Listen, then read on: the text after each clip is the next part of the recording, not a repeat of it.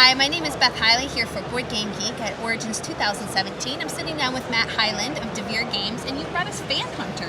Yeah, it's FanHunter Urban Warfare, actually, because we're going to be releasing some other FanHunter games later next year for sure.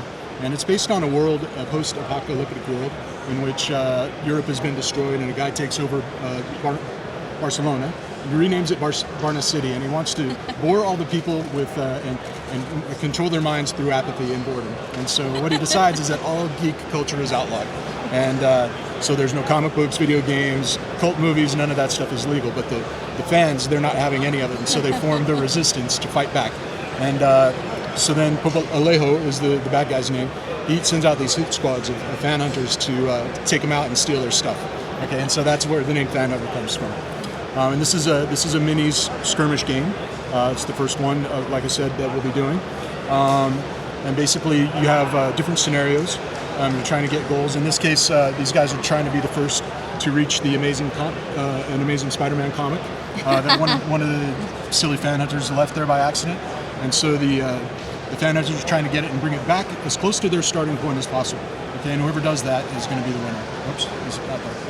Okay, and so basically what you have your leaders, and this guy, for example, is FanHunter Sergeant. So put that right in the middle there. Yep. And so he has different abilities that for combat and movement and so forth. He can go wherever he wants. He doesn't have to stick with his unit. But the other guys, like the assault FanHunters, the other part of his unit, these guys have to stay within 3 squares of one another, so they can't like spread out all over the board and try and attack. On the other side, you have the resistance. And each one of these characters has different abilities, movements, and so forth. The way that you would start is each one of us would take one of these chips. So you'll be the good guys, I'll be the bad guys. I took one of them, and we kind of do like this. Whichever one comes out first gets to go first. So that would be you. That would be me. Yeah, and so then you would you look at your cross trainers movement, which is listed here. So they can go up to 5. So they're super agile, and they have the ability of moving unencumbered through these tiles. Okay, and these guys shoot at distance, so that's their advantage. Whereas the guys with the katanas can only fight in close range. Things like that. There are special abilities cards. There's a psychic ability, and it plays pretty quick. It's a nice, fun game. The cool thing about it, or for me, one of the coolest aspects is that there are 8 scenarios. Okay, and this is the introductory. Be my next question. Okay, yeah. So this is the introductory scenario, and then once you finish this, you can move on to the second one.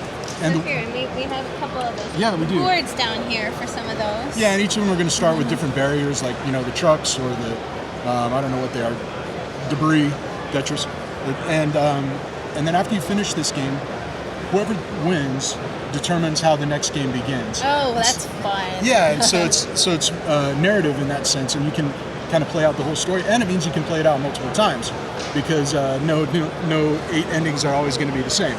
Right? And little stories you create in between certainly are going to be unique to that experience. Yeah, sure. And then after that, obviously, you can make your own scenarios. You can add boards to make a bigger map and that sort of thing. Lots of really nice figures done by a guy named David Esbri, he's from Spain. Yeah, these are spectacular. Yeah, and so that's kind of it in a nutshell. We're launching it here at Origins. So these are the first real copies that have been here in the U.S. And come on by our booth at 546 and check it out. Now, since you had mentioned that this is going to be part of a FanHunter series, do you have an idea of when the next title might be ready to go? So originally this launched in Spain as both a comic and an RPG. So I think we've got a card game in the works for fall, and then probably an RPG. It could be either the card game or the RPG in fall. I'm not sure yet. And then in the beginning of 2018, you'll see some more from us. All right, so people could really immerse themselves. Well, I sure hope so. I love the idea. I think it's a really cool idea. And when they first kind of told me about it, I was like, yeah, we have to do this. This is going to be great because it's really relevant in today's age in many ways. Yes, right?